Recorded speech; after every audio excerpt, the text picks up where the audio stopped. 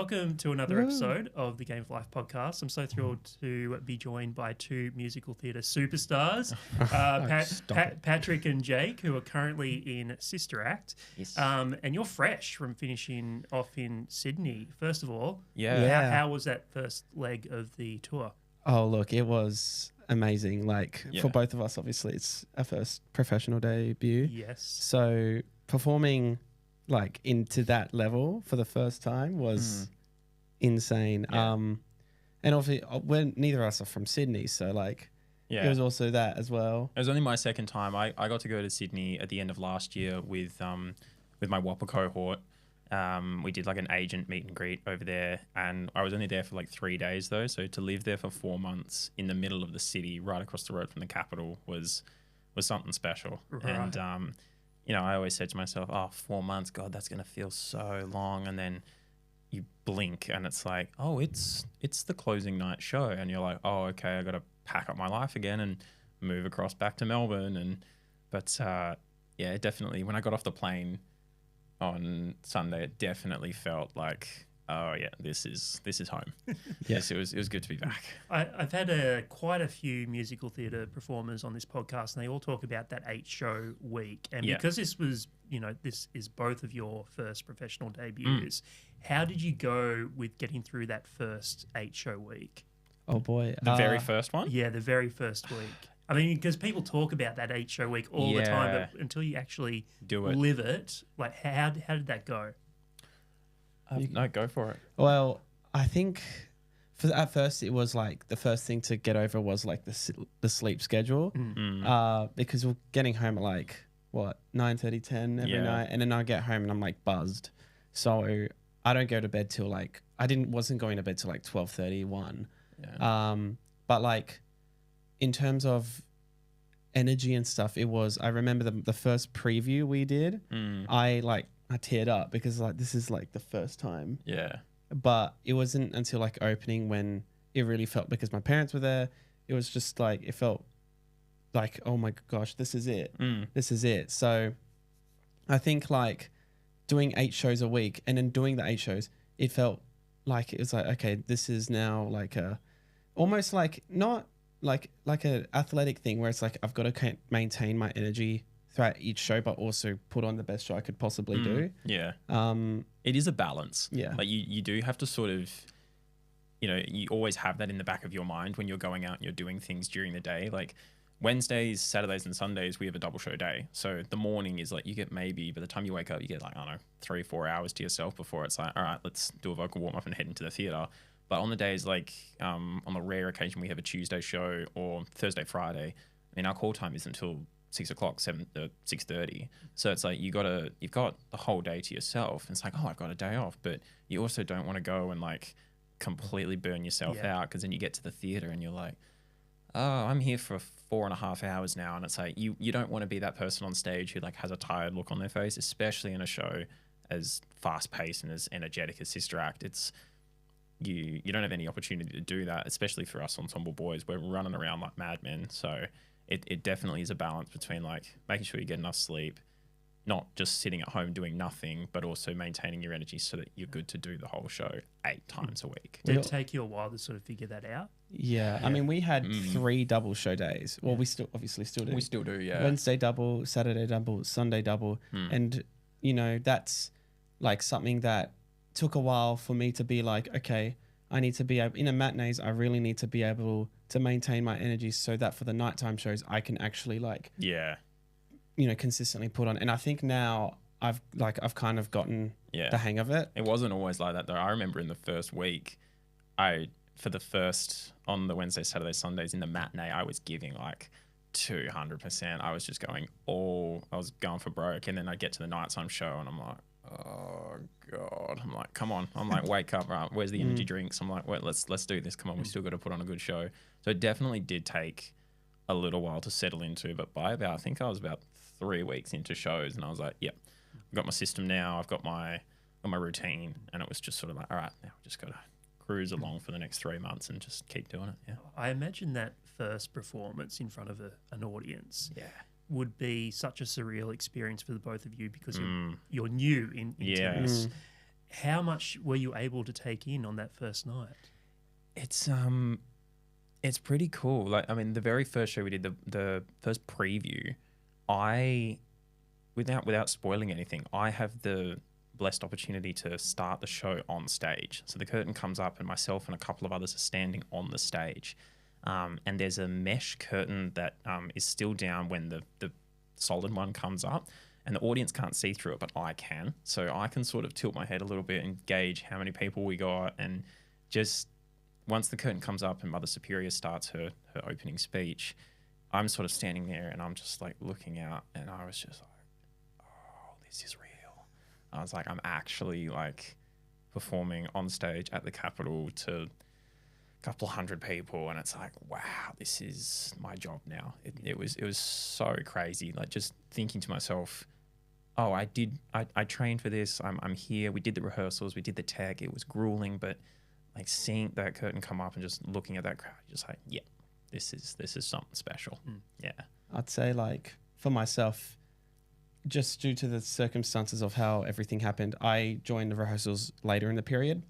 And when I joined rehearsals, it was already, Act 1 was mostly already done. Yeah, I think you joined up out after a week. Yeah, a week and a half. Yeah. We'd smashed through most of the music learning at that time. So, yeah. So when I joined, I had to learn the music. I had to learn, obviously, the choreography that everyone else had already known, as well as new things. And with all these, and obviously covers and things, with everything happening, when we got to the first preview, like, I think at that point I was just so thinking about maintaining everything that once the first preview happened, it's like, oh, this is a show. We're performing for an audience. Like, this is the fun of it. Yeah.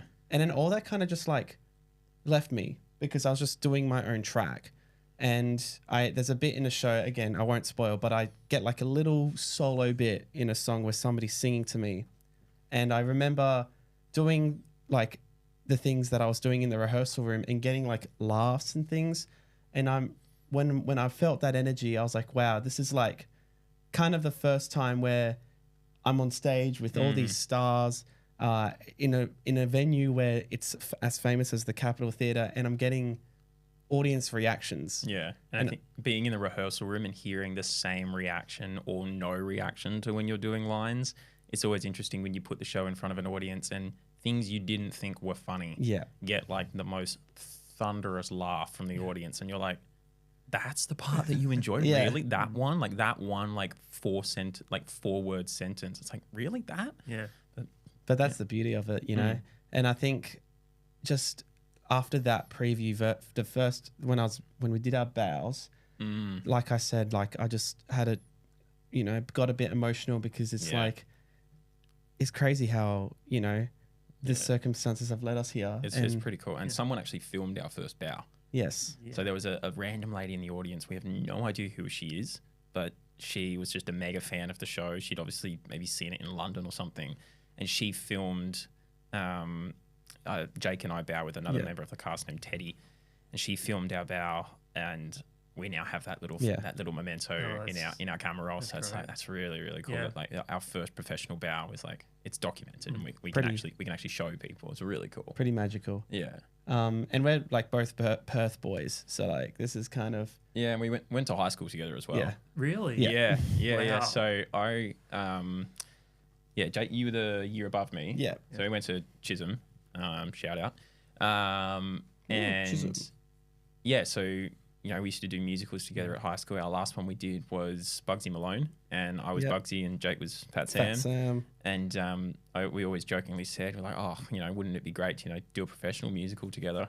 And in the first professional musical, we're 2 years later, together, it's crazy. It's wild. That's so weird. It's crazy. And we both went to like different unis and everything, so like to get into this position is truly an honor, and also incredibly coincidental. Yeah, like it's so rare. Really cool though. That when they announced that Jake was going to be joining our company, because as he mentioned, he joined a week late. Yeah. When they announced that Jake was joining, I had like a really big reaction to when they said his name in the room. And you think it was a practical joke? Everyone, first? No, well, he'd sort of already told me, but when they announced it to the whole company, I just went like, yeah, he's coming, like he's actually going to be here. And a couple of people came up to me and they were like, why were you so excited about? And I was like, I went to high school with Jake.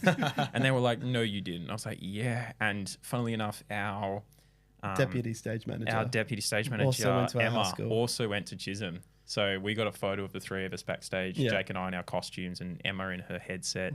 And we sent it to Chisholm the other way. Yeah, it's crazy. Everyone always says, oh, you know, Perth is so small. But now I'm more thinking Australia is so small. Literally. Like, did not think I was going to be running into this many people. This industry. It's so small. Oh yeah. Once you know some people, everyone sort of knows who you are. Yeah. So what does everyone back home then think of this occurrence? Of, the three of you on this show together. We both come from very wog Italian families. Yeah. So you could imagine, big families. Yeah. No, being like, oh my God, they're so happy for you. Yeah, It's just, they're How many people have you got coming in Perth? Something oh gosh, crazy? I literally have so my mum sent me the group chat of all the people that have bought tickets.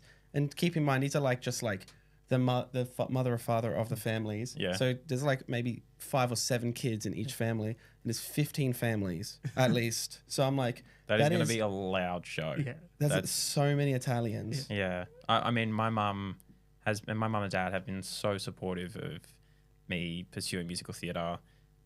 So the day I called them, they were both crying. I was crying, and then telling my extended family.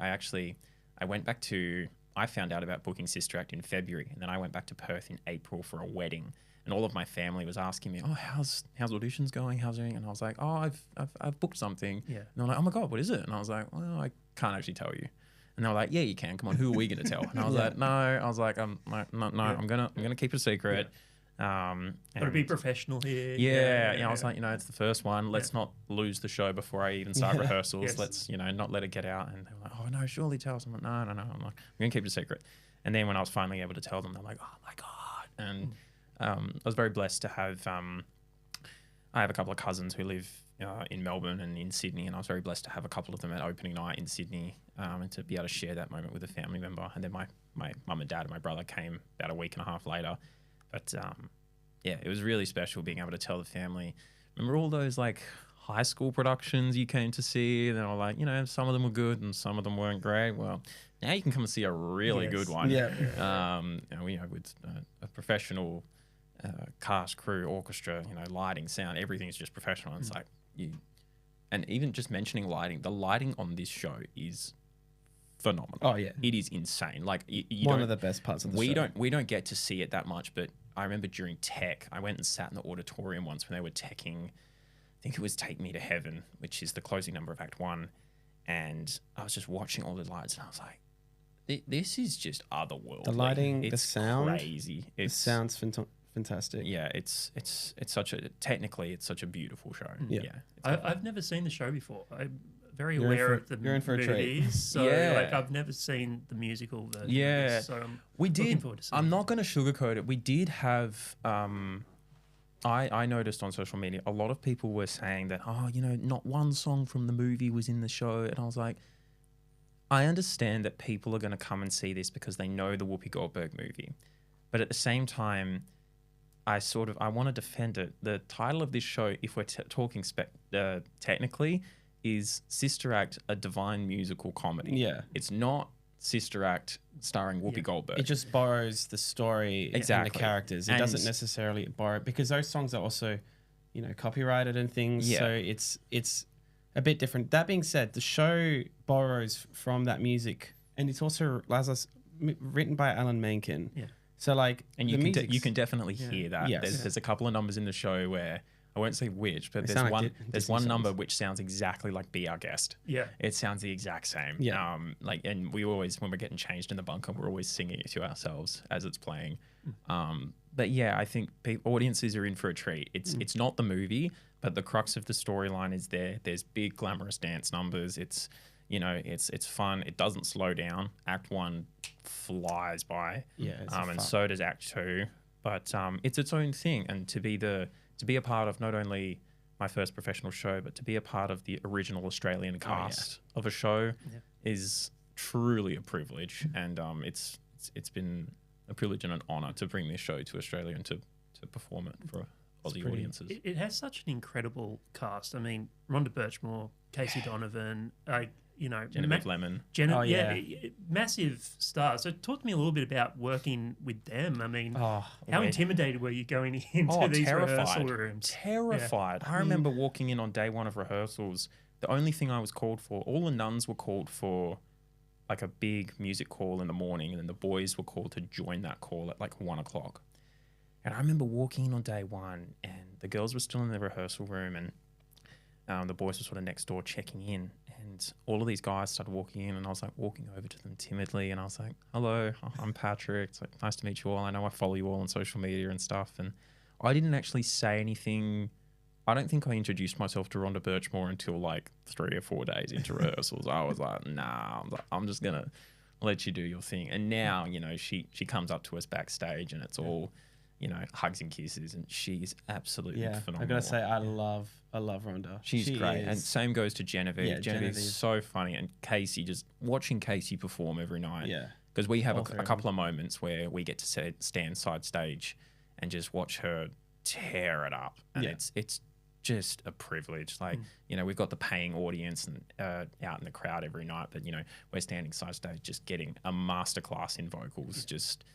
It's like you want to learn how to sing, just watch her. It's phenomenal. I think for myself, when, I joined coming into rehearsals, everyone had already kind of known each other. So at first I was quite scared, quite nervous, but I had this one, so it was fine. But obviously then, seeing and meeting like Casey, Rhonda, Genevieve, it was really nice to like kind of put, just them normal people. It's like really awesome to just work with them. I have a bit in the show where I do have like a little bit with Rhonda, and every time we go on, we're chatting and she's always asking how I am. It's just a really beautiful moment. I love the cast dearly, and like having that camaraderie is really beautiful. But yeah, and obviously Genevieve and Casey, it's really awesome seeing them both work on stage, just seeing the absolute star power and their dedication to the work. It's just really inspiring, It was also just as inspiring watching them in the rehearsal room, like watching their process. Like both Genevieve has 2 solo songs and Casey's got every solo song. Yes. And Casey never leaves the stage, but just watching their process and how they work and how they compose themselves in the rehearsal room was really, really informative to 2 newbies. Like Genevieve and Rhonda have been in the industry from day dot, and it's like watching them is like, oh, okay, that's probably something I should maybe start doing. It must be such a valuable learning experience for the 100%. Both of you. I mean, you can go to WAPA, VCA, but a lot of people have had on before say, the way they learn is on the job. Like that's the best way to learn. Absolutely. I would say so. Yeah, well, you're swinging for the first time as well. Yes. I swang, like I did went on for the first time a couple weeks ago, and honestly it was just the best it was the most exhilarating moment of my life, because it was not only a part that I hadn't teched, but it was also a part that required wearing heels, things I haven't necessarily done before, but it was kind of like it went without a hitch. I had a lot of people come up to me afterwards saying like, you did so good, like and I was just like, oh, I thought it's just kind of like what you're supposed to do, but like I think doing that is such an awesome thing for like a step forward. I think like just being able to swing and cover is such a beautiful thing. It is good fun. I'm fortunate enough to cover a couple of roles as well, and there was a week of shows we had where unfortunately one of our cast members was very ill, and I got to do about 7 shows out of the 8 in the Pablo track. And I remember the first time I went on just singing, because Pablo sings a lot of falsetto stuff, and my voice was very shaky, and I was like, it's okay, breathe, it's fine. And then by the time I did the 7th one, I was like, I'm okay. But it really was, starting rehearsals really was like being thrown in the deep end. Like they've cast you in the show for a reason, because they believe in you and they believe that you're able to do this. So they're not going to treat you any differently or coddle you just because, oh, it's your first show, so we'll sort of, we'll care for you. They're like, no, we're going to treat you like you've been in the industry for 30 years. You just have to now step up. And I think my biggest support definitely has been once dance captain, now promoted to resident choreographer, Simon. He has just been absolutely amazing. We unfortunately, when Sister Act first opened, we battled a lot of illness at the start of our Sydney season, and he was constantly reblocking and reorganizing numbers and re-choreographing and just changing things so that we were still able to put on an awesome show. And without him, we would not have survived. I truly do believe it. We owe a lot to him. And he, as someone who has swung in so many shows, he was just always just like, I'd be there sitting side of stage when the boys that I cover were on learning something, madly typing notes. And he pulled me aside and said, you're better off just watching. Yeah, I was told the exact same thing. Film the number when they run it and go home tonight and then make your notes. Yeah. Because if you're making your notes as they're learning it, you are going to miss so You're not taking much. You're not taking it in. Yeah. Yeah. So That's such great advice. It is amazing advice. As soon as he said that, I put my iPad, my phone, and my notebook down, and I was like, you know what? I'm just going to sit here, and for the hour, I'm just going to watch. Yeah. And then where we were able to, we actually got up as well and learnt choreography if that was applicable. And then that night, as he said, I went home and I rewatched the video, made all my notes and made my track sheets and all that. And I owe that to him. Like, he was probably the golden ticket of advice. Oh, yeah. It was just awesome. Yeah. Take me back to getting the job and finding out about getting the job. This is a I'm story. gonna before I tell because Jake said he had an interesting. before I tell mine, I'll let you tell yours because his is good. So obviously we had the auditions in January. I had like 5 callbacks. I think because they want you to keep coming back for other roles. Mostly they want to see you as a swing cover, that sort of thing. So I went, so it was like 4 days of auditions. Some days had like 2 different auditions inside of one day. And we got to the Sunday, Patrick and I were in the final call together. And they were like, great, you'll find out in a you'll find out in a couple of weeks, because Sydney was next as well. After that had happened, I was like, all right, we'll wait a couple of weeks. A couple of weeks go by, I get told I didn't get it. So I was like, that's okay.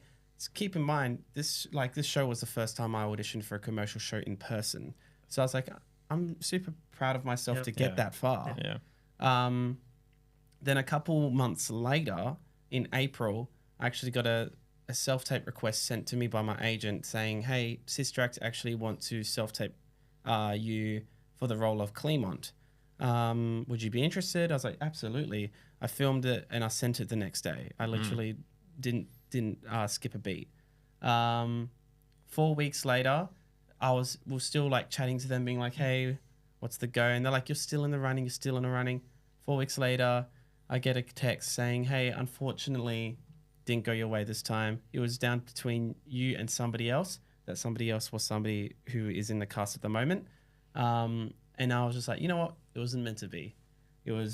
That's the second time I've done this. And then, obviously, because we're in this situation, a week and a half into rehearsals, I was on my way to my job at Foot Locker, and I get a call from my agent, and he goes, hey, so funny thing, Sister Act just called me and asked if you wanted to still join the cast of Sister Act. You have to be flown in tomorrow. And I was like, oh, yeah, absolutely. Yeah, obviously, I was like emotional, shaking, like, holy, I shouldn't swear, but I was very nervous about like, oh gosh, I got to go, I got to pack. I get to my job at Foot Locker and I'm telling my manager, look, unfortunately, I can't work here anymore because I've, booked a gig that goes for about a year. And they go, oh, great, that's such exciting news. Can you still finish the shift? And I said yes. Oh, God. So I did the shift and I would not be able to concentrate. No, I didn't sell one pair of shoes because the whole time I had to go to the shoebox room and take phone calls and sign contracts while, I'm in my Foot Locker uniform and my managers are like, hey, you okay in there? We've got a customer out here for you. I was like, oh yeah, sorry. And then I get home, it's like, 8:30, maybe 9. I'm packing my stuff. I have like a couple of my friends come visit me. And then the next day I fly to Sydney and then we started rehearsing. Yeah. It was that afternoon that actually Jake sent me a message and said, he messaged me and the first line of the message just went, oi. And I went, yeah. He was like, guess what? And I said, oh, what's happened? I said, how's things going? And he said to me, I'm at the airport. I'm flying over. And I was like, to do what? And he was like, you'll see. And then they announced it that afternoon in person to the company. It was just it was wild. A wild 48 hours. My audition process was somewhat similar, apart from the fact that I was fortunate enough to be cast first from the first round. I did 4 auditions, including the first initial one, and I did that classic thing of, for 4 years at Whopper, we were told, when you go to an audition, take everything with you. Take a laptop, take your phone, take sheet music, take dance gear. Even if it's a singing acting call, they might say stay for a dance call. And I did none of that. I had my sheet music in one hand and a water bottle in the other. And I was like, this is all I need. Did the first call at 11 a.m. They were about an hour behind. So by the time I got out of there, it was maybe 12:30. And they said, okay, Patrick, wait outside. And the audition associate on the desk will tell you if we want you to come back. Waited outside. I did my singing acting. I was waiting in the green room, and she said, hey, so they want you to come back for the dance call. And I was like, I don't have any of my stuff with me. And she was like, that's okay. She was like, it's not that strenuous of a dance. You can probably do it in what you're wearing. Keep in mind, I was wearing Doc Marten boots, skinny jeans, or like suit pants, I should say, sorry, and like a button-up shirt. And I was like, I don't want to dance in this. And thank God I ran outside, booked an Uber, raced home, grabbed all my stuff, wolfed down some food, and then ran back to the Opera Australia studios in Melbourne for the dance call. Because once we started the dance call, I was like, thank God I'm wearing jazz shoes right now. No, because I could not have done that in Doc Martens.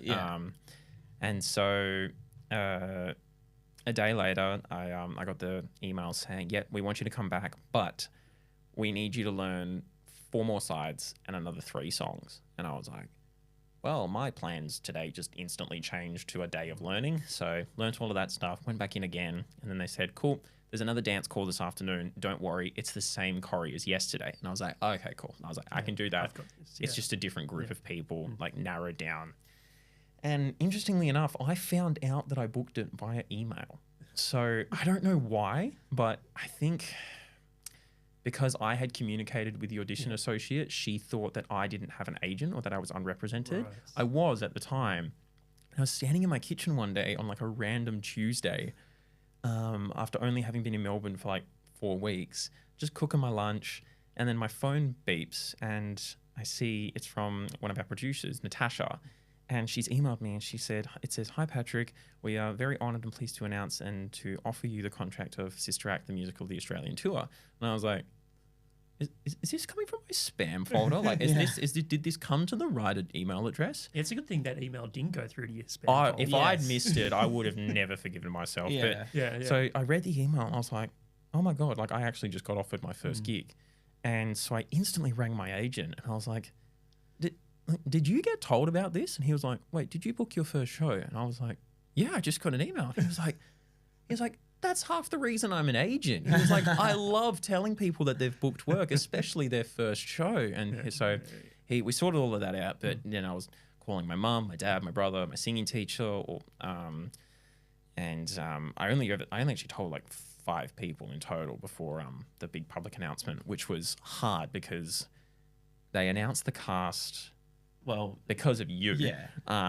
Because of me. Because of the whole palaver with the struggle to cast Clemon. I found out I'd booked it in February. They didn't announce the cast till the end of June. Yeah. So that was a long 4 months. That is a long time to have to sit on that. Keeping it quiet. It was, and I was working at a cafe at the time, and the barista always used to say to customers, oh, Patrick's in musical theatre and he's going to be touring with a show around Australia. And they were like, oh my God, what show? And I was like, thank you. I can't tell people about it, but thank you for mentioning that. So it was really good. The day they announced it, I had just finished a shift at the cafe that I was working at. Shout out to Crooked Letters and Pran. And I just finished a shift and I got the email from my agent with my little headshot with the Sister Act logo, and he said they're announcing it now. So I did the inaugural Instagram post and sort of said, hey, I'm going to be doing this little thing. Yeah. But That's so cool to have that sort of support though from wherever you're working at the time. Yeah. And I think it's, a lot of businesses don't really get it, unfortunately. Yeah. Like when you're working in hospital or in retail or something, and, even though the contract says you're casual, you have like set hours or something like throughout the week, and then you say within a heartbeat, you might say, oh, I can't do tomorrow's shift because my agent just got me an audition. And they're like, well, couldn't you have planned around this like a week ago? And I'm like, no, that's the point. This is how fast they happen. So you got to be really careful when you're working in MT and you're between gigs or you're just trying to audition. I am a firm believer that you should just be very upfront and say to the possible employer, look, this is actually what I want to do, and this is what could happen. So if you're going to be really upset, if I ring you 3 hours before my shift starts saying I'm not coming in because I got an audition, then I don't think this is going to work, because then I'm just going to be working in an environment where it's like, oh, Patrick's good at what he does, but he's unreliable because he's always missing with shifts because he's doing auditions. So it's also in the same vein of like, as you book a show, I had to quit both my jobs. So it's like, hey, when you had to first apply and get the job, you have to tell them, look, unfortunately, this is what I do. Any chance, and any minute, these things could happen. Yeah, I could be flying to Sydney, literally in a day. 100%. And like with what you were saying for auditions before, like the fact that they will ask you to do like roles overnight, it's such a huge thing that I learned, because like at uni, sometimes you don't have that experience because you are knowing what's going to happen months ahead in time. But sometimes when you go into an audition, they just like spring something on you. And I think that's the biggest thing you can learn doing auditions is like expect the unexpected. Oh, 100%. You never know what they're going to throw at you. Because I thought I was going in for a specific role, and then I'm now like how everything played out, I was covering roles that I never thought I'd ever even cover. I remember at my audition in the first round, I had to speak Spanish. Because one of the roles that I play is Pablo, and he's Spanish. And I remember the first time I did it, the resident director, after I read the scene for the first time, was saying to me, he was like, Spanish is good. A couple of things I want to work on. And I was like, yep, all right, cool. But I also read for, shockingly, I read for the Monsignor, which is the priest. And it's interesting because I was listening to the London recording, but the show's set in Philadelphia. So when I was reading that scene, I said to the panel, I said, do you want this in a English accent or in like just a general American, like just like a Gen Am? And they were like, and the music director and the associate choreographer were sitting there, and they're both from the UK. And they were both sitting there, and I actually knew the musical director previously, having done a show with him when I was in third year at Whopper. And he and Victoria, the associate choreographer, said, we'd like to hear the English. And I was like, of course you would. And I was like, great. So I did the little monologue, and Dan, our MD, he said to me, not bad. So it's good. Your English accent's there. And I was like, all right, cool. They should have made him Australian.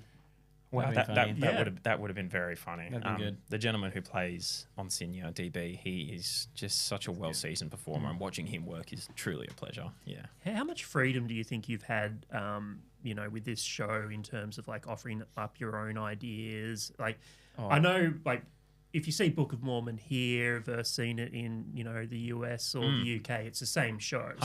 Same with Wicked and so many other shows. But because Sister Act has been around for a while, and I think it's still currently in the UK and the US, like, is it sort of the same show? Oh, I gotta I would know. So we're doing, there's multiple versions of the show. So there's the Broadway version, there's the UK version, but then we're doing what I call the Australian tour version. So there is a touring version, which is a little bit different. So there's songs in our show which replace songs in, like, let's say the London cast recording. Yeah, Broadway cast recording. And there's songs that also just aren't in it.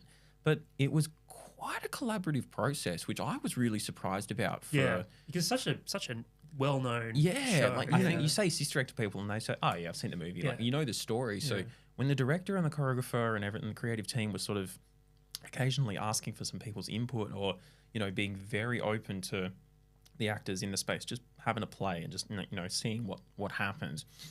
One of the roles that I play is an altar boy, and I was actually an altar boy when I was younger.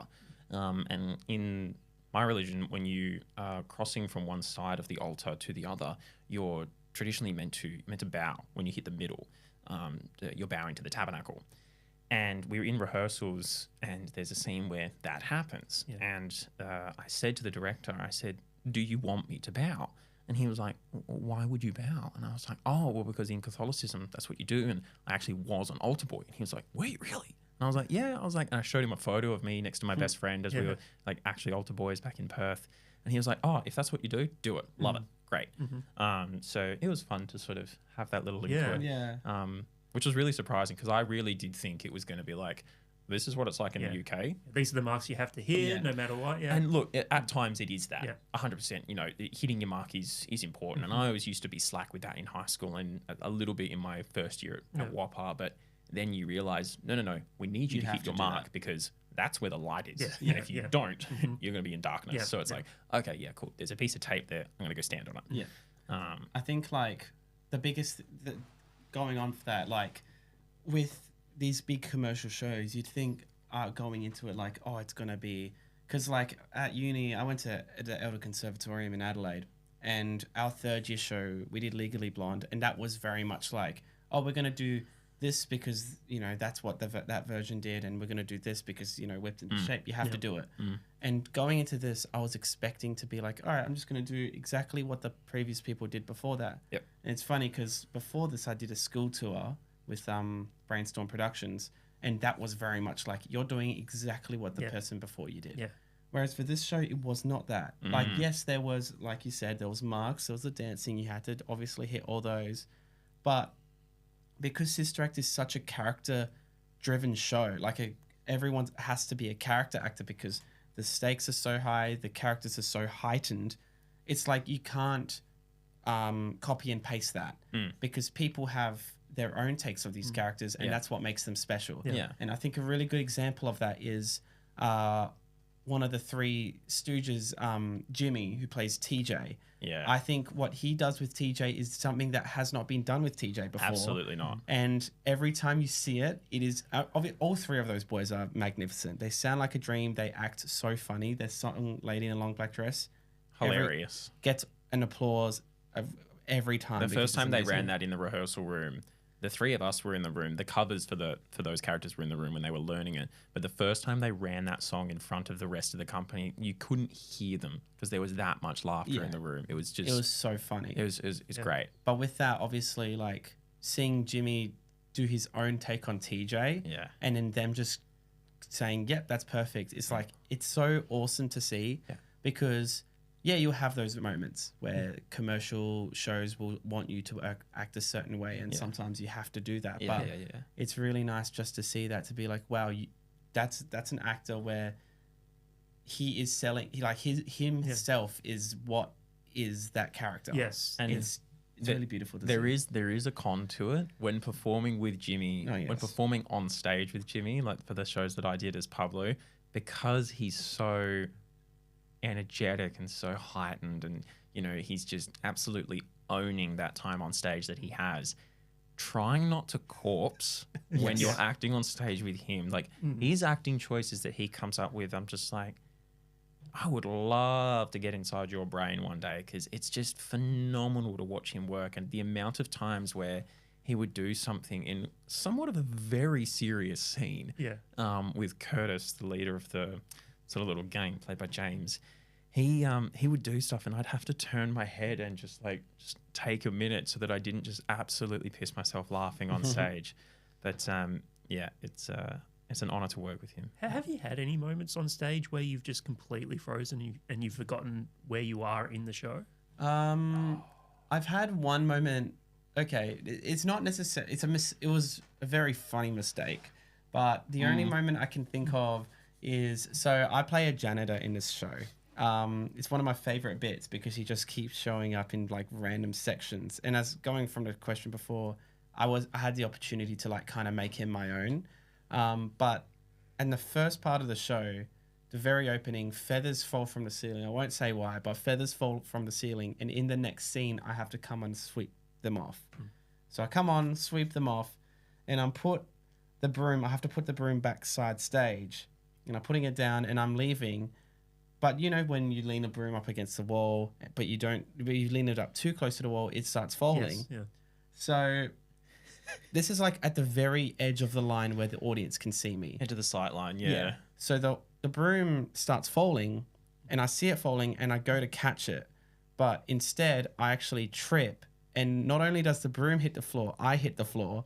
And Wooden stage, bear in mind. Wooden stage. And it was just after the song. So it's completely silent. Yeah. Because it was just characters talking.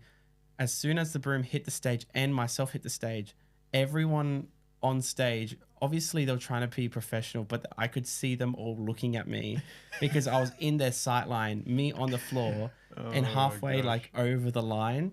Yeah. And I just like quickly picked myself up and it was the most embarrassing thing ever. Look. But it was very, very funny. But that's the only moment I can think of in terms of silly things like that. Yeah, I haven't had a moment like that. Unfortunately, there is a moment where the actors who play Pablo, the wig is very long, and without giving too much away, there is a moment where our actions on stage cause that wig to just go everywhere, and it's one of my least favorite scenes to do because that scene finishes and we have to then go back to Wham so they can pretty much redo the wig because it's like in your mouth, it's in your face, it's sticking to you and you're all sweaty and it's just absolutely everywhere. It's getting caught on your mic. So I don't know if I've necessarily had the moment, touch wood, where I have corpsed that hard, but there've definitely been moments that I've zoned out and then I've been late for like a prop cue or something. Yeah.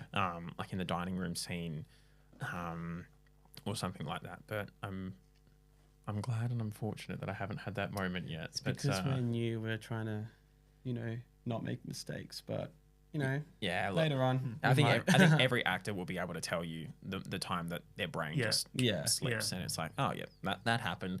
Let's breathe, laugh about it, move on. There's a really funny reel that Peter Ho posted recently. I know you're both friends with Peter. Very good. Happy birthday, Peter Ho. Happy birthday today.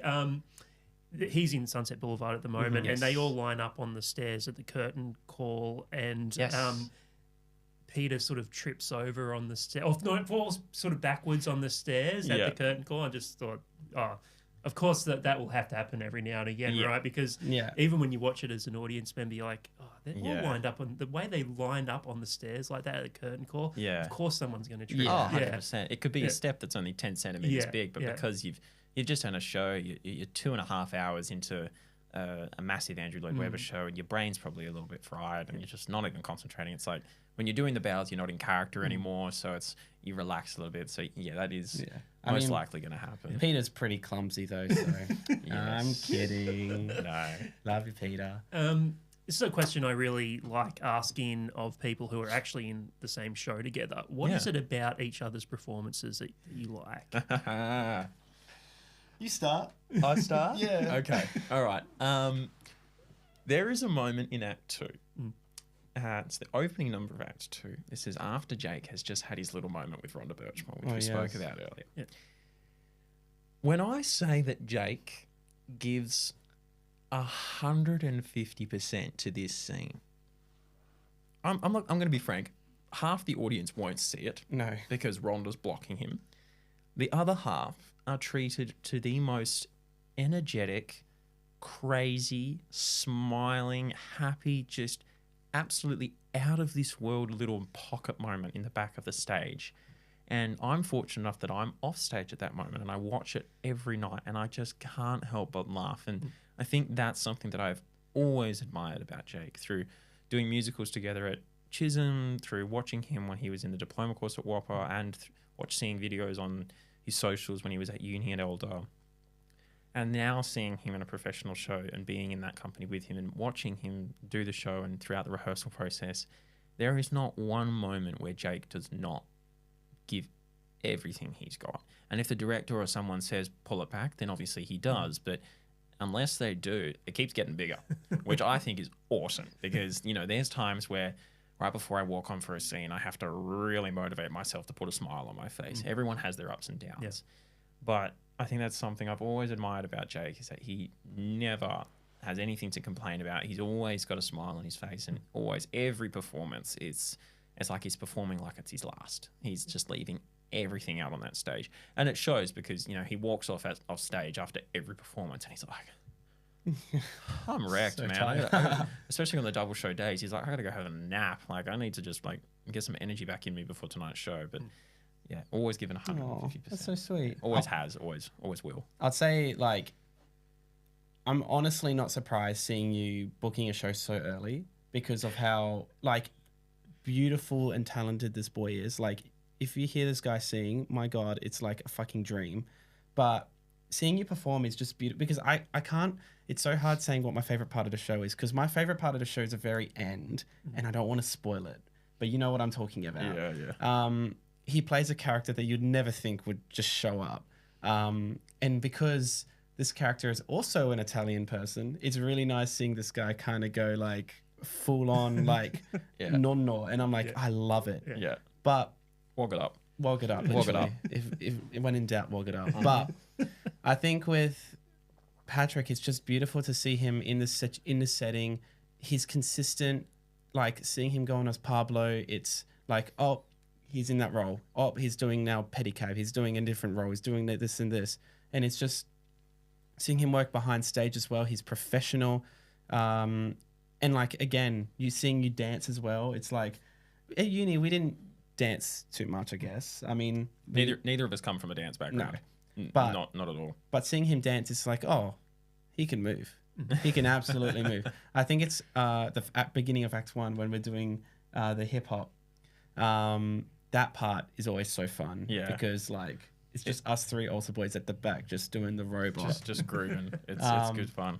But yeah, it's like as I said, I'm super proud of this one just for being here. Like and especially since we both come from the same beginnings, it's like kind of beautiful to have this moment. Yeah. But like, you like the sheer cast, it's just like the talent, you'll be blown away, but especially by this one. If you get a chance, go see him as Pablo. Gosh, it's good. I mentioned to Jake, I'm seeing it this Sunday, but you won't be on. Sadly, Sunday, no. But I will probably see it again. So, so I unfortunately will be missing the first two previews, but that's it. I'll only ever go off if I'm sick. That's for sure. You've got the rest of the season. Yes, got the rest of the tour. So let's talk a little bit about what you wanted to do growing up, because you both went to the same high school together. Yeah. So did you both know, at the same time, you both wanted to perform? No, what I like to say is I was very late to the MT party. I actually applied and was accepted into the media and communication course at ECU in Perth. I wanted to be a sports journalist. But right before the application to do an audition for the diploma of MT, my high school, when I was in year 12, took us to see Lucy Durack at the Perth Concert Hall, accompanied by WASO, the West Australian Symphony. And it was just her singing songs from her career. Like she opened the show with Popular from Wicked, and then Simon Gleeson joined her on stage for a couple of numbers. And then, I was just sitting there watching her, and I was like, oh, that looks cool. Like, having a career in the arts and then being able to say, I'm going to put on a show and it's going to be called An Evening with Patrick Volpe. Like, being able to sing on stage with an orchestra has always been a dream of mine. And my friend who was sitting next to me said, I really think you should submit for the diploma of MT. She was like, even if you just do the audition and they say no, at least you'll know. And then you can use your journalism degree as a backup. And so I auditioned for the DIP and I got accepted. And I remember on day one of the course, it was a singing class. It was a group singing class for the entire year. And there was 26 of us in the year. And we started singing, and I was surrounded by 21 other people, or 25 other people, I should say, who could all sing. And as much as I adored and absolutely loved doing all those shows in high school, not everyone is at the same level. Yeah. As you're going to get, there's year 7s all the way through to year 12s. But being surrounded by so many other people who were so much more talented than me, like so many of them had done theatre all their lives, and I think that's what really lifted me, because I was like, all right, well, I gotta work. Yeah. And just hearing the class sing, I was like, whoa, this is what it's meant to be like. And it was in that moment that I was like, you know what, the journalism thing could be the backup, but this is now what I want to do. I felt I'd always loved musicals. Like I remember going to see Mary Poppins back in 2011 or something, and I was very privileged because I got to leave school early because my family had booked tickets to a matinee. Yeah. So on a Wednesday I got to leave school early, and I went and we sat upstairs at Crown Theatre in Perth on the dress circle on the barrier, dead center, great seats. And the show closed, the curtain came down, and I leaned to my mum and I said, how do I be the little boy? And she was like, what do you mean? And I was like, I want to be the little boy on stage. Yeah. She was like, my mum was a dancer growing up, and she was like, yes, I've got a theatre kid. Yeah. So I fell in love with musicals from a very young age, but it wasn't until I was sort of at uni for the diploma of MT that I was like, oh no, this is what I want to do. Because it was always just sort of so much of a dream to me. And I was like, oh no, I could never really make that a career. Yeah. And I look back on it now, and I have family members and friends say to me, do you still love it? And I'm like, I get paid to go to a theatre every night, put on a costume and a wig, and dance around on stage for 2.5 hours to a paying audience who, is just loving it. It's like, it's the dream. Everyone always says to me, oh, hey man, how you doing? And I'm like, I'm always saying, my go-to response is living the dream. Yeah. I truly am living the dream. And it's a privilege. It's so funny that you had that question to your parents, like, how do I be the little boy on stage? Yeah. But I always used to be the kid who would to ask my parents, how do I talk to those people? Yeah. And now here I am doing it. Yeah. It's strange. Yeah, it's strange. There you go. Yeah. Jake, how about yourself? I'd say that it's weird because growing up I didn't really know what I wanted to do. Like I think the only thing I was experiencing is because my family comes from a very trade background. Like my dad's a supervisor for a trade company. And a lot of my aunties and uncles are a lot of tradies. Which is, a great thing to go into. But I think for myself, I didn't really want to do that. It wasn't until early, I had some thoughts of possibly going into marine biology, but I was really not smart enough to do that. So I decided when we got to year 9, I kind of developed, before that I kind of already had this want for performing on stage, even when I was a kid. But it was year 9 when I wanted to do woodworking at high school, but I couldn't join the class because there was not enough spaces. And they're like, oh, drama's available. And I knew one of my friends at the time was doing drama. So I was like, oh, I'll do drama with him, and we could just it'll be a period where we don't do anything. But I actually found such a love for it. And it was actually film that I kind of first was like, oh, I really want to be in a film.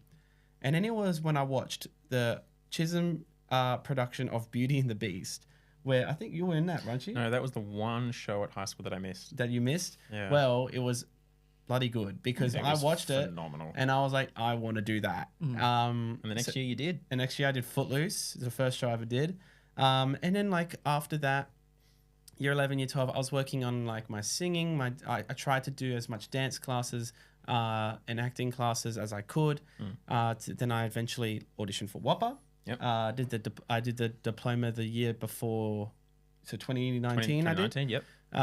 Did the diploma then, and that's where I met Peter, so many awesome people. And it was in that course where I didn't really know much about musical theatre. I didn't I had only recently just started singing musical theatre. I only just recently started looking into it, and some of the people here were doing it forever. And I kind of it kind of made me nervous, but also excited. It wasn't until after that year where I had learnt a fair bit was when I auditioned for, the bachelor courses. I didn't get into WAPA again, but I got into the Elder Con in Adelaide. And I think that was the best thing to happen to me, because not only did I move out of Perth, I grew some independence living alone at home, but I also because I was in Adelaide to do this thing, I grew so much drive to do as the best I could. Yeah. So I was in Adelaide for 3 years. Love Adelaide. I am so excited to go back there. I've never been. I'm really keen to go to Adelaide. It's beautiful. I love it. So easy to go around and big giant chessboard. But I was there for 3 years.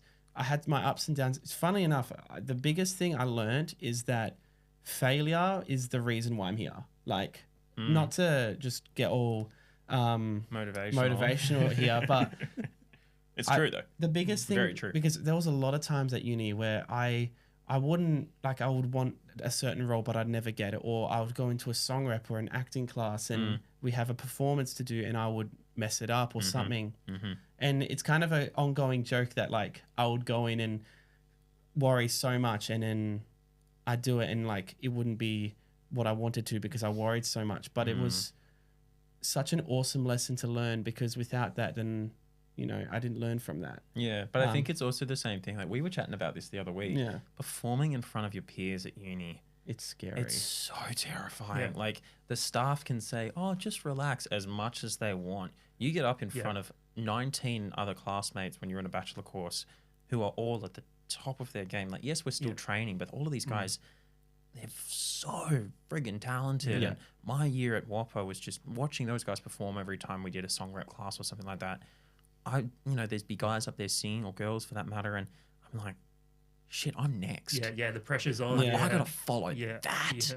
Like, and it's like, you have sort of like 10 minutes to yourself to sort of breathe, because they would sing their number and then they would workshop it. So you're sitting there just like, can we get this shit over with? Because I just want to get up there and sing as fast as I possibly can and just get off. Yeah. But it's funny going out of that, like when you start doing auditions and getting out of that uni space, which I'm so appreciative towards uni, but like after that, I just found so much more of a love for musical theatre, because you push yourself to the audition, and then when you do the audition, like sometimes at uni they like kind of tell you, oh, it's going to be this, and sometimes it's like, oh gosh, that sounds really scary. Yeah. But then you go in and it's like super chill. Yeah, and it's like the horrors of an audition room, and it's like, okay, well, it's not actually that bad. It's like, not that bad. We always had people come and visit us, like if they were like WAPA grads who were touring with a show, and a couple of them would always say, the audition panel's always on your side, and I'm like, bullshit. I'm like seriously, guys. I'm like, I know you're just saying that because we're all just like really young and really nervous. But then I remember walking into the room for Sister Act, and they really are all on your side. Yeah. Like, they really do just want you to succeed, because if you do well and you show them what they're capable of, you can make their job so much easier with casting. Yes. So they really are sitting there like, please be good, please be great, please just crush this. So, someone once said, like, they'd much rather have 30 options rather than just 2 options, for right? sure, yeah, because it can come down to going back to doing big commercial shows. If that commercial show has set or costumes that are already made, as brutal and as cutthroat as it is, you might get the role over somebody, or someone might get the role over you, just because they can fit into the costume. And the costume department doesn't have to make something from scratch or adjust it or anything. And as brutal as that is, it's the industry. It's how it works. That's how it works with big touring shows. As you mentioned before, Book of Mormon here in Australia is going to be exactly like it is in London or America or anything like that. So, yeah, but they really do want you to succeed. Do you think you have that thick skin? Going forward, when Sister Act sort of ends, do you think you'll have that thick skin after having just done a big commercial show, realizing probably a bit more what the industry is really like? Yeah, I mean, I would say yes. I mean, yes and no. It's like so I've always had the thought process of optimism, but also realism. Like after this gig, I'm like, oh my goodness, I've done a professional gig. I know I can do this now. Yeah. I can keep going. Yeah. But also, I am not going to be one of those people to book another gig right after, because there are that many people in this industry auditioning. It's just, I mean, if it happens, my goodness, luckiest person in the world. But also, like, this is all luck at the end of the day. Obviously, no, it's not, dude. I mean, you're very talented. There's luck, but there's also like, there's talent, but there's also like, right place, right time, like it just how it works. And Australian musical theatre is popping off at the moment. Yes. Like, there's so many shows, but unfortunately that does mean that the competition is fierce. Yes. Like, so many shows means a lot of auditions and a lot of people in those audition rooms. I think for me, it's more, I'm sort of thinking ahead to my future and thinking about the fact that the musical theatre industry is so much like a roller coaster. It's up and down, up and down. And if post Sister Act, I'm not fortunate enough to go straight into another show or go into a show a couple of months later, I actually am a personal trainer as well. So I would also be very okay if for 3-4 months I just work as a personal trainer and sort of build that side of my, you know, having financial stability. But at the same time, you know, there's so many good shows coming to Australia next year, and you always need that side hustle. You do. Yeah, definitely. I would recommend have something that is just solely not musical theatre related. It's good to have a break. Yeah. So we touched on sort of an interesting topic that I don't think has really come up before on the podcast, but when you're just starting out, you have to work that casual job. As you said, you're working in a cafe, you're working at Foot Locker. Yeah. But it is very hard to try and, you know, find those jobs that will allow you to to dip in and out of work.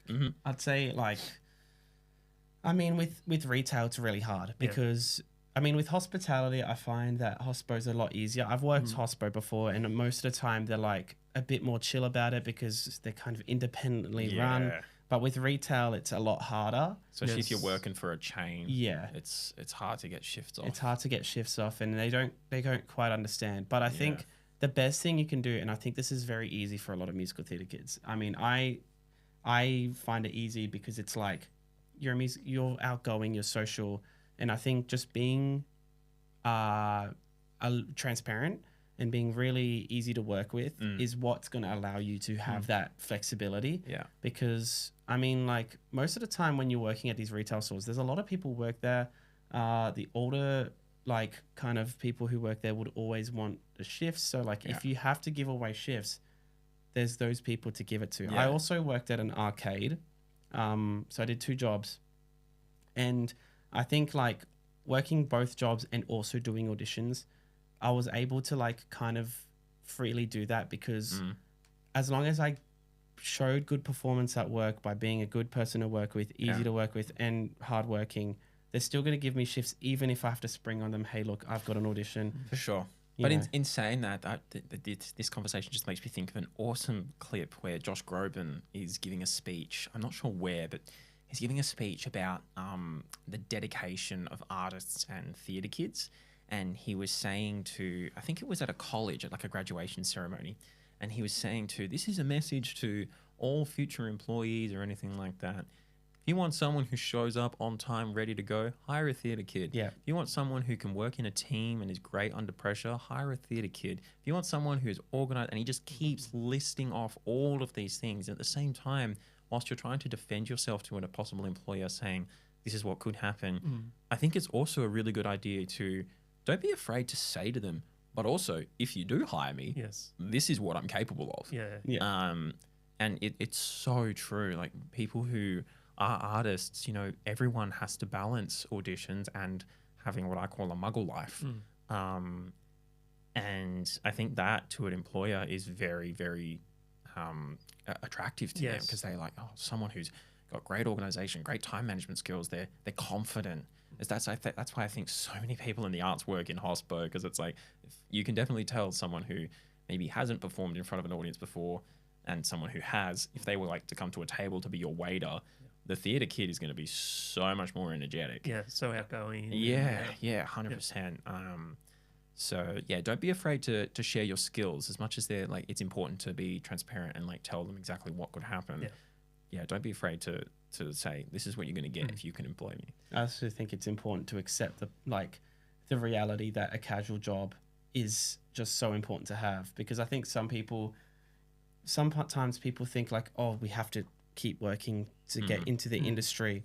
And I think it's like, well, you can't do that without money. You need to be able to fund yourself, and you need a break from auditions and things like that. Work was always such an awesome thing to do when, you know, I would have a terrible audition, or I have like a day where I was thinking about like, oh, I really wish I was auditioning for that show or something. Like, thinking about auditions so much can be so unhealthy.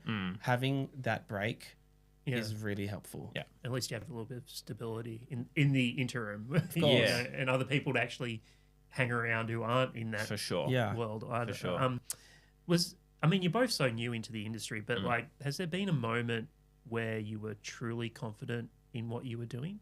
Maybe a moment in Sister Act where you thought, okay, I've got this. Like, I can sing, I can dance. I would say the moment where I felt the most confident in my abilities was probably the first auditions, like in January. I mean, because just how things happened, like the fact that they kept calling us back and the dance call wasn't as difficult as I made it out in my head to be. Like, I remember they were teaching us the choreo, and I was like, I can do this. I was seeing so many people in the room that I recognized, and then to get to the final day, and it was like just a couple of us. It's like this felt really good. Like it felt, because like I would say, going back to what I was saying before, I struggled throughout uni with confidence and things, because just how things kind of, like, the amount of times where I would do something and it wouldn't go my way or go the way. And I think, like, looking back on that, I was so thankful that I've had that, because now having this, it feels so much, like, it feels really rewarding. Yeah. And I know I'm doing something right. But I think definitely doing Sister Acts now doing the show itself obviously feels really great in that regard. But I also think, like, you still have to work hard. Like, you can't be complacent. No, you can't. I think for me, it was somewhat similar in that the audition process was a green light for me, but also booking the show was a huge factor of me thinking to myself, no, I can do this. And then from that, the moment where because I was stressed throughout the entire rehearsal process that I was just going to I'm going to make a really bad mistake one day in, like, a dance call, and they're going to say, you're actually not as good as this as we thought. We're going to replace you with someone. I was stressed out of my mind. But there's a number in Act 2 which requires a couple of us boys to do a full wig change. The costume is very unforgiving. We're in about a 5.5, 6 inch go-go boot. We've got a feather boa, which weighs about, I want to say 4 kilos, because it's made of a very thick rope so that we can whip it around ourselves and stuff. I remember the day they taught us the choreo for that. It was 4:30 on a Friday afternoon, had a full week of rehearsals under our belt, and they started teaching us that number. We were wrecked that night, absolutely wrecked. And I was thinking to myself, how the hell am I going to do this 8 shows a week, let alone in heels? Now, it's like walking off stage from that number, we're puffed, because you know, you're singing, you're dancing in heels, you're running around the stage like a madman. But now, I remember doing that on opening night, and I was like, I could do that. Like, it's okay. Like, breathe. Like, you are capable of this. Like, you can get out of your head. That is definitely the most rewarding part of the show. Because when we were first learning that, I was like, horrified. How am I going to do this? I've never done anything like this before. But now that we can do it, and we're doing it 8 times a week, it just feels like, wow, I feel like I've taken a step in our journey. We've taken a step in our journey. 100%. Yeah. It's just such a beautiful thing. Like, I've always wanted to do something like that. I've always wanted to, like, dance in heels. I've always wanted to be a part of a song like that. This is Fabulous Baby Reprise. It's a huge song where Dolores is like, I shouldn't probably spoil it. It's her 11 o'clock. Yeah, 11 o'clock number. And it's just such an awesome song to perform. But before then, I've always had this, like, shadow of doubt, like, oh gosh. But then I remember, you know what? This is the process. That's the process. You doubt in the process, but that's a part of it. Yeah. And I always, like, whenever I'm going through that part of the process, it's a hard thing to get over, but once you get over it, it's so rewarding. Yeah. It's good fun.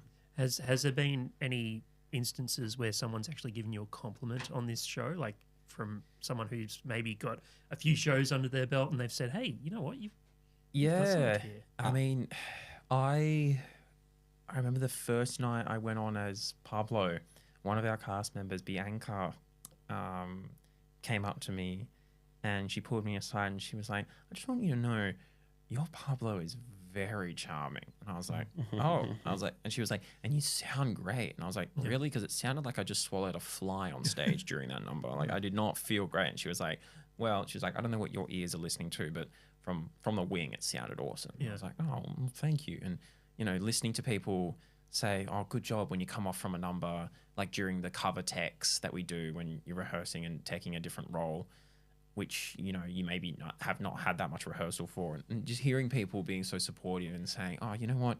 You really can sing." Because, you know, 8 shows a week, typically I'm just singing the ensemble. So when people do have that opportunity to hear you sing in like a cover call and you have like a solo line, it's very rewarding to hear someone say that and be like, "Oh, all those singing lessons paid off." So yeah, there's constant moments, but there's definitely a few that stick out. I would say, yeah, the one that sticks out for me the most was opening night. We were leaving the party, and Simon, a resident choreographer now, I was just chatting to him, and he mentioned to me that just the facts of the situation of rocking up to rehearsals late, and he said to me, he's like, it didn't feel like you missed anything just because of how much you worked. Like, it was such an awesome thing to hear. And it was also when I went on for my first swing track, when him and a couple of the other boys in the dressing room all mentioned like they were super proud and like really impressed with the work I'd done. And I was really like, not to talk myself up or anything, but I think that was something that really solidified, like, I could see myself now in this industry. And I think validation is something that is important, but not something you can depend upon. So often when somebody compliments me, I don't know how to respond. But I think it's really nice. It's what I want to take from that is like, I'm hearing that this is something that I can continue pursuing. And I think even like doing music calls when I was doing cover, because I cover Joey as well, supporting one of the Stooges, doing music calls with Dan, our music director, like he would bring up like how to work. Sorry, hang on, I'm trying to conjure this thought. But it would be like going into the room and rehearsing it, like how I would normally rehearse it. He would be like, "Okay, that's great. Like, let's just free it up and do something different." And I was like, "Oh." It's like, I would have thought it would be such a step-by-step thing, but he was just like, "No, I love what you're doing. Let's keep going. Let's make it go further." And I think that's the other thing. Getting compliments from creatives also means a lot. Similarly, in a musical we had with Jake, myself, Simon, and Teddy, who are the covers for the Three Stooges, the boys.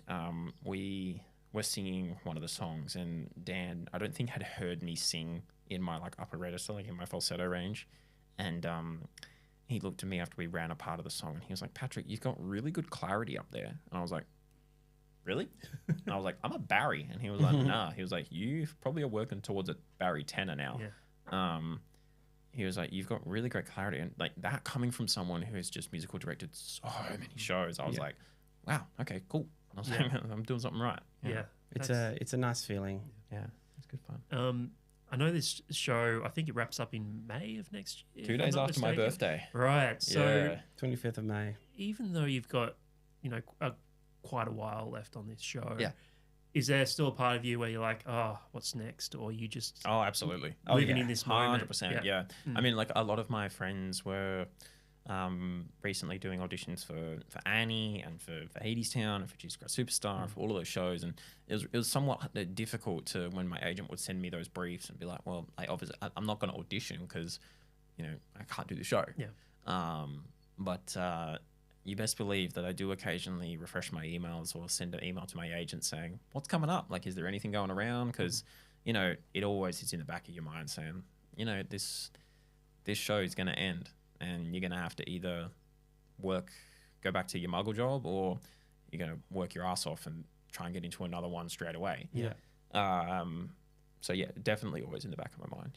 I'd say like, obviously the goal is to go from show to show to show, but most often the time that doesn't happen. So I think the biggest thing for me is like finding casual work again, kind of working on my skills, things like that.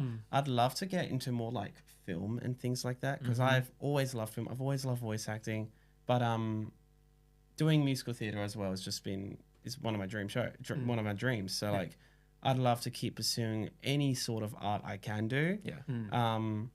Because at the end of the day, like the industry is so, yes, it's so many shows happening, but it's so competitive. Yeah. And most often the time, some people who may have done, 10 shows could go into an audition and might not even get past first round. It's things like that happen all the time. So again, it's a right show, perfect timing. That's the biggest thing that matters, really. Yeah.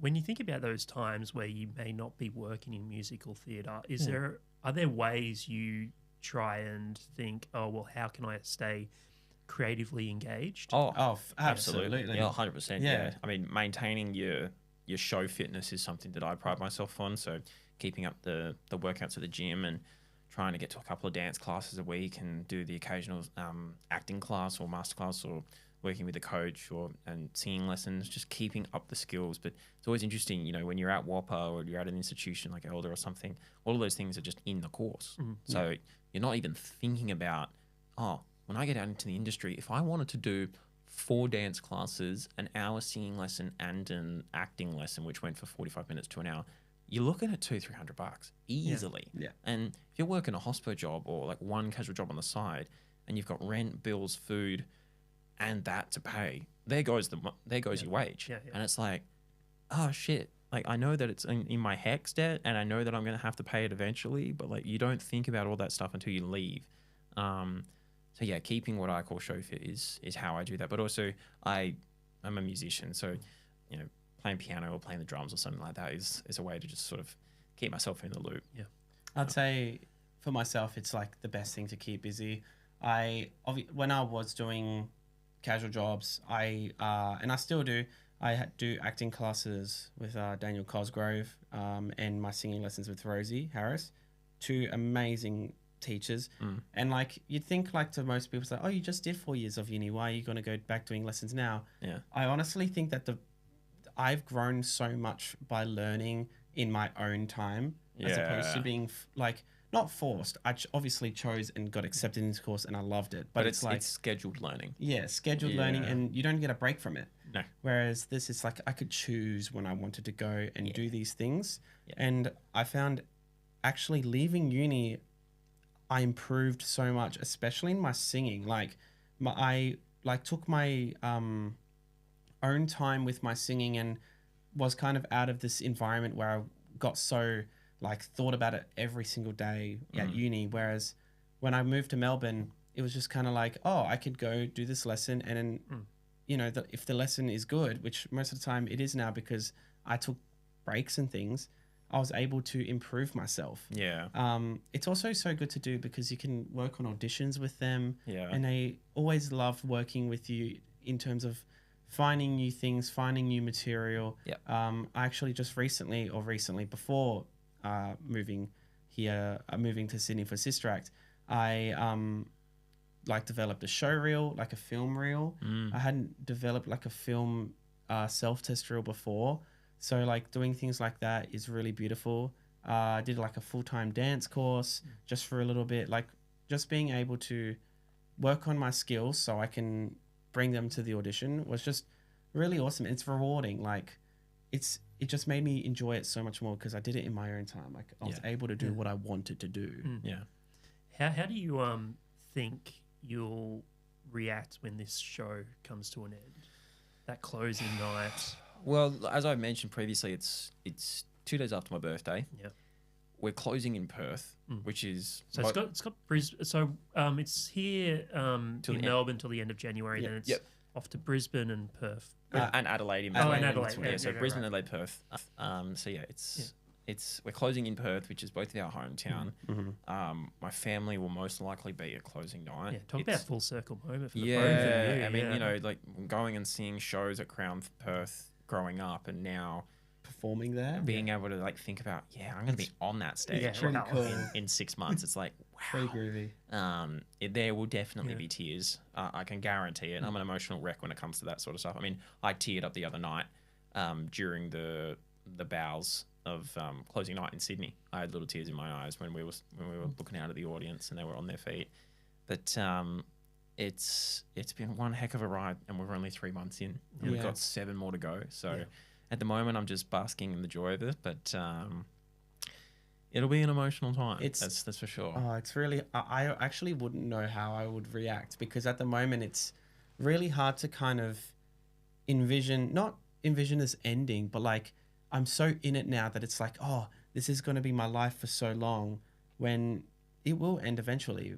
But I think it's just like taking that in and basking in it for as long as possible, so that way you enjoy the most out of it. Yeah. Because it's who knows what was going to happen next. Yeah. You might go into another show and then you don't even remember Sister Act if it happened, or something might happen, but hopefully like this stays with me forever, and I think it will because it's your first gig. It's your first show. There's definitely something special about this one being the first sort of crack into the industry. Well, the fact that the both of you went to high school together as well is like that's got to be huge full circle moment. Yeah. Huge. Yeah, that was it's really awesome the fact that like people are still shocked when we tell them that. They just don't, they fail to believe it. They're just like, you didn't go to high school. I'm like, I'm telling you, I'm like, we're very close friends. He was only a year above me. It was just like, in that school as well, was just like the community there, the musicals and stuff. It was definitely a reason why we're both still doing this, because it's the community of it all. The community of, I'm sure going to Whopper, going to Elder, and then going the community of Sister Act. It's like, that's also a huge reason why I love doing this. Yeah. Because everyone's so similar because we all have this love. All share the same passion. Yeah. Yeah. Do you have a dream show you'd love to be a part of? I know your dream show. Yeah. Hang on. I'll say your dream show. Do you know what mine is? I think. Man, hang on. Because I know your yours. dream show? Yeah.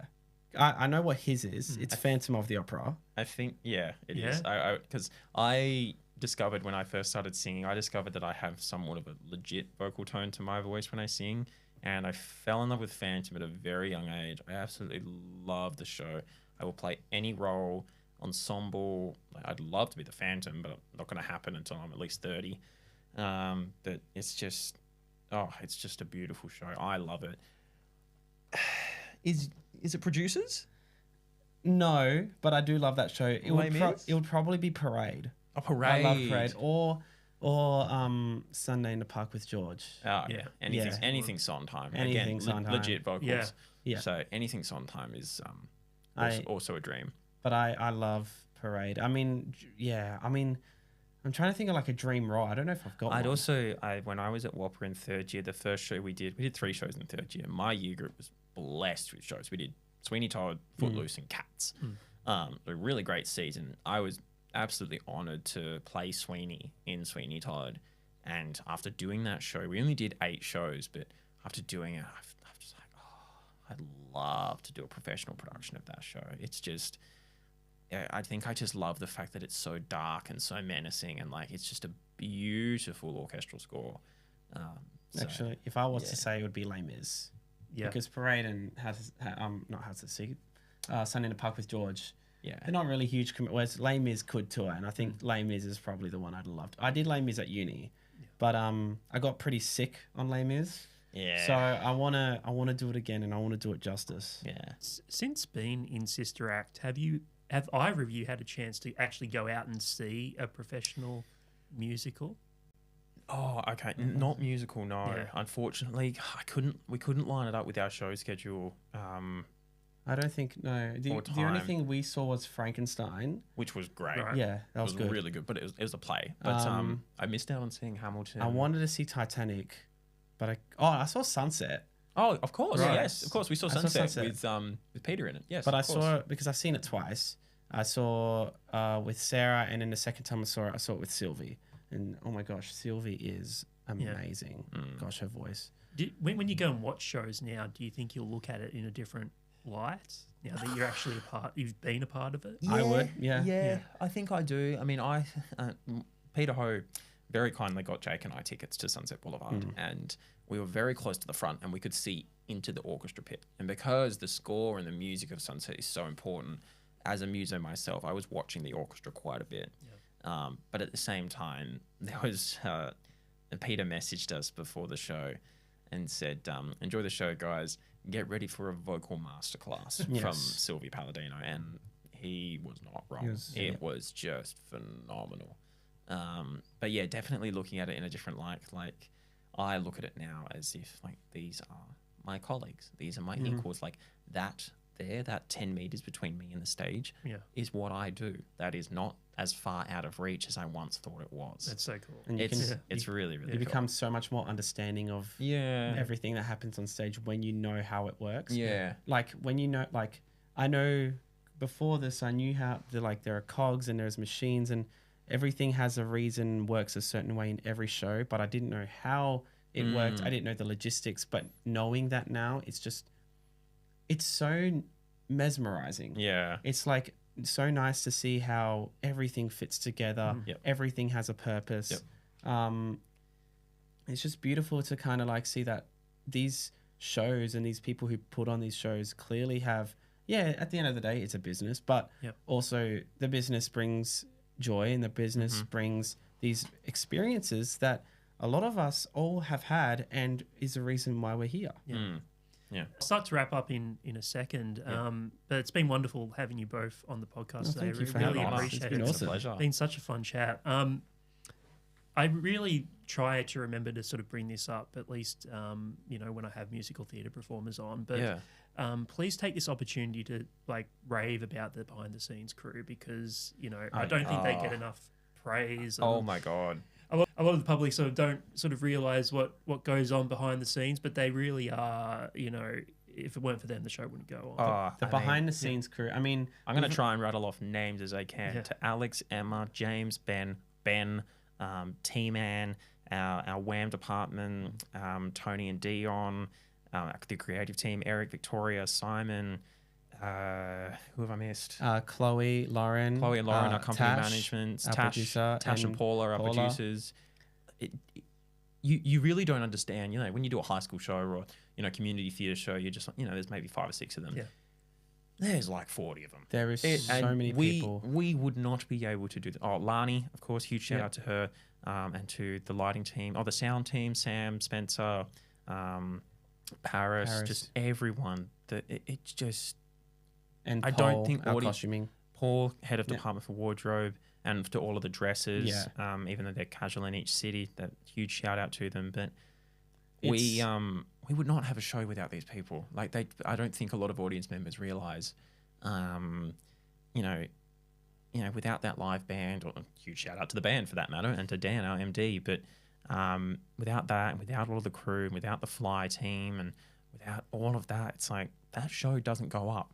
Like, that curtain will not raise up unless the crew gets there half an hour before the hour call and does all of their presets and their checks, and it will not go up unless there's 2 people standing side stage giving the all clear, saying, yep, I've got all the cast members I need. Yep, I've got mine. Cool.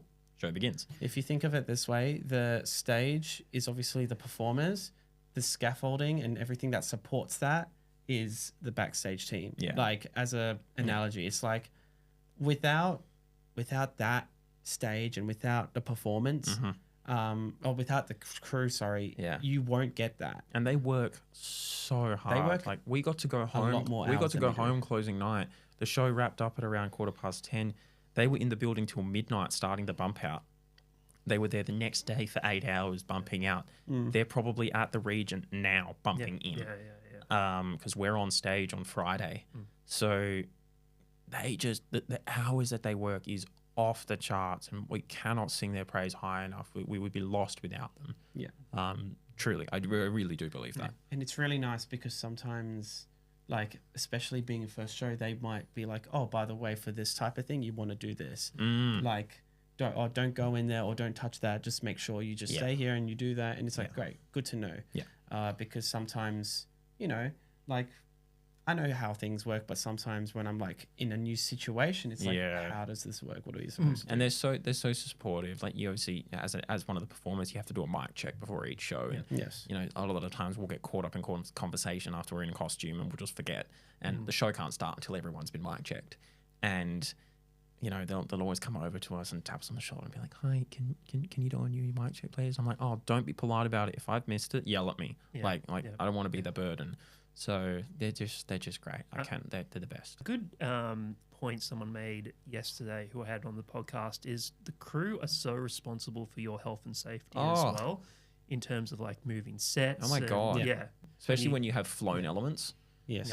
Especially when you have like, I remember during tech the other week, the lady who was playing the role of Mother Superior in the tech, she hadn't walked back far enough before a fly wall came in, and this is not a light wall. It's like maybe a solid 15 centimeters thick of just pure wood, and she hadn't stepped back far enough, and there were 2 mechs standing side stage, and they were yelling because if that wall came down on her, it just would have been catastrophic. So they really do look after us when someone's injured. There's, you know, the first aid kit's on hand. There's heat packs. There's, you know, there's painkillers and everything. It's funny because when like I would say I think I've like had a paper cut maybe 2 times. Yeah. And every time I have a paper cut, I'm like, oh, and I'm like holding my finger because I'm like, and then I would have like 3 stage managers come up to me like, are you okay? Do you need something? I was like, oh, I'm fine. It's just a paper cut. I'm all good. I'm all good. Yeah. Or if you're a minute or like a couple minutes late to the warm up, they're on the phone.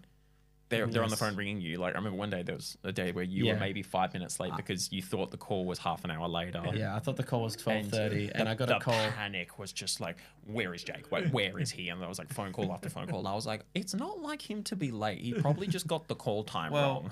Yeah, I'm normally like half an hour early. So I get the call, and I'm like on my way to the theater, and they're like, "Oh, by the way, like it was like 12:02," and I was like almost at the stage. And I was like, "Oh my gosh!" And I just had to like.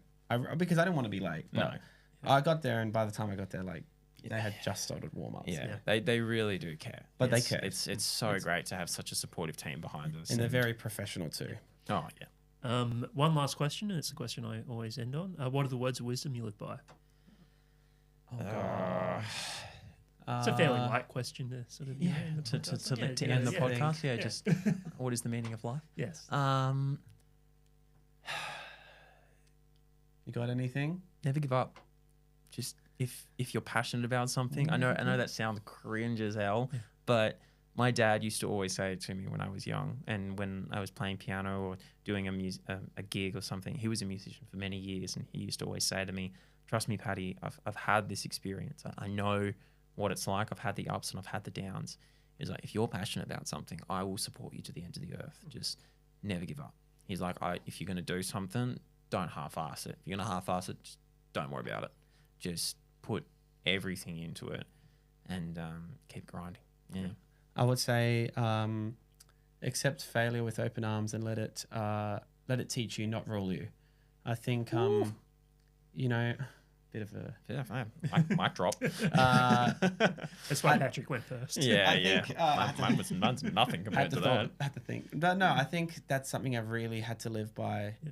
Because, you know, some people are naturally gifted, and that's always such a great thing because they can be such like confident performers. Yeah. But I think the fact that, you know, I mean I had to work so hard to get to even remotely get to the position of even auditioning. Yeah. And I think without failing and without learning from those mistakes, I literally would not have been here. Yeah. If I had let the first couple times where I failed rule me and I gave up, I wouldn't be here. Yeah. You know, I think perseverance is such a powerful thing. Yeah. And if you really want to do something, you don't give up. Yep. Yeah. Thank you both for being on the podcast today. Thank you. No, thank you for having us. It's been great. I love pairing people up who are in shows together. Yeah. And like I didn't know both of you went to high school together before. There you go. Yeah, I was like, you asked both of us. That's very convenient. Yeah. I think I've got Cara and Monty on next month. Oh, great. fantastic. That's exciting. That'll be a good chat. Yeah. That'll be a great chat. Looking forward to seeing the show on Sunday, but I'm sure I'll see the show again before it finishes here in Melbourne. For sure. Everyone should go and see Sister Act. Yes, please. Absolutely, We open November 8th, and we're playing through to the end of January, so come see it. Yeah. It looks like so much fun. Like even the curtain call, you know, the clips I've seen on social media where you're all sparkly and everything. Like, that looks great. It's good fun. There's always there's a great reaction every time the nuns walk on stage during that number and they've done the costume change and they're all glittery. Yeah. The reaction from the audience every time is either laughter, because they're so taken aback by it that all you can do is laugh, or they're literally just screaming because you've only seen them in black the entire show, and they walk out in color and you're like, Wow. There's also a second reaction when the boys come out in our booty shorts. Yes, in the very, very short altar boy shorts. That is definitely a reason why you should come see the show. Yeah, Absolutely. It's a party on stage, that's for sure. Thank you both. Thank you so so much. much. Appreciate it. Awesome.